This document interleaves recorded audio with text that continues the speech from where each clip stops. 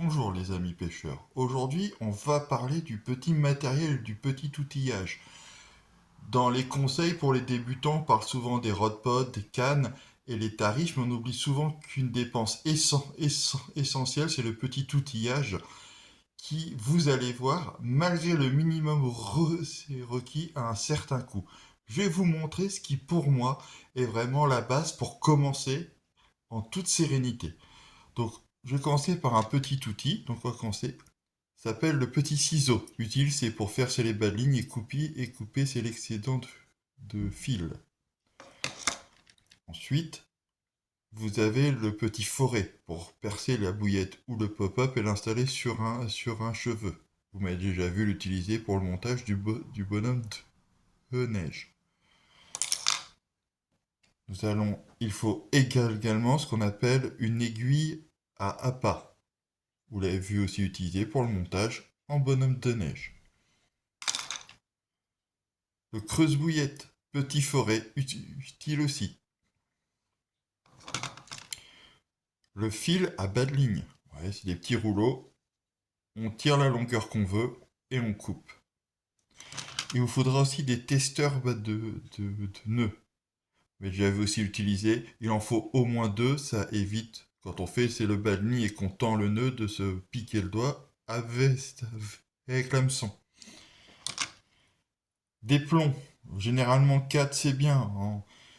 Ah, n'hésitez pas, moi je dis entre du 40 et du 70 grammes, 2 de 60 et 2 de 50 sont très bien.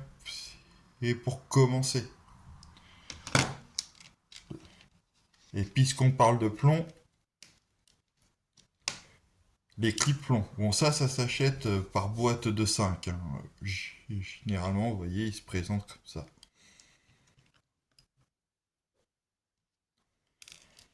Des stop bouillettes. Ouais, donc ces petites pièces.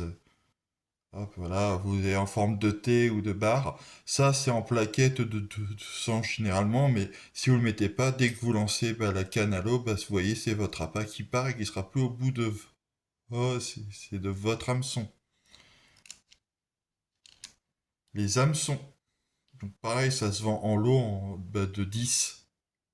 Généralement, il va vous en falloir aussi si vous voulez faire vos bas de ligne. Des attaches rapides, des petites agrafes. Ça, c'est super propre.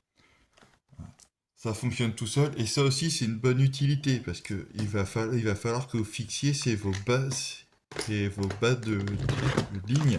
Et c'est vraiment important d'en avoir. Il va vous falloir c'est également, si je vous le trouve, des émerillons. Voilà. Donc un émerillon aussi, c'est super pratique. Je vais vous en montrer un. Voilà, ça ressemble à ça.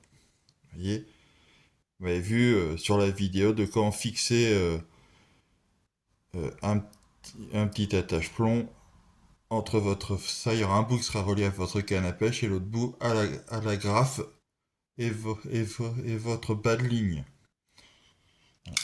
Ensuite, il va falloir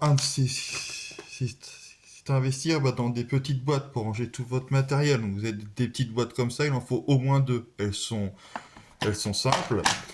Et vous voyez, vous pouvez très bien ces moduler à l'intérieur comme à l'extérieur avec plusieurs petites barres. Deux, c'est très bien, hein, parce que vous allez voir que ça prend vite de la place. Et ce qu'il vous faudrait aussi pour vos bas de ligne, c'est une boîte à bas de ligne. C'est simple, hein, vous voyez. Je vais vous l'ouvrir.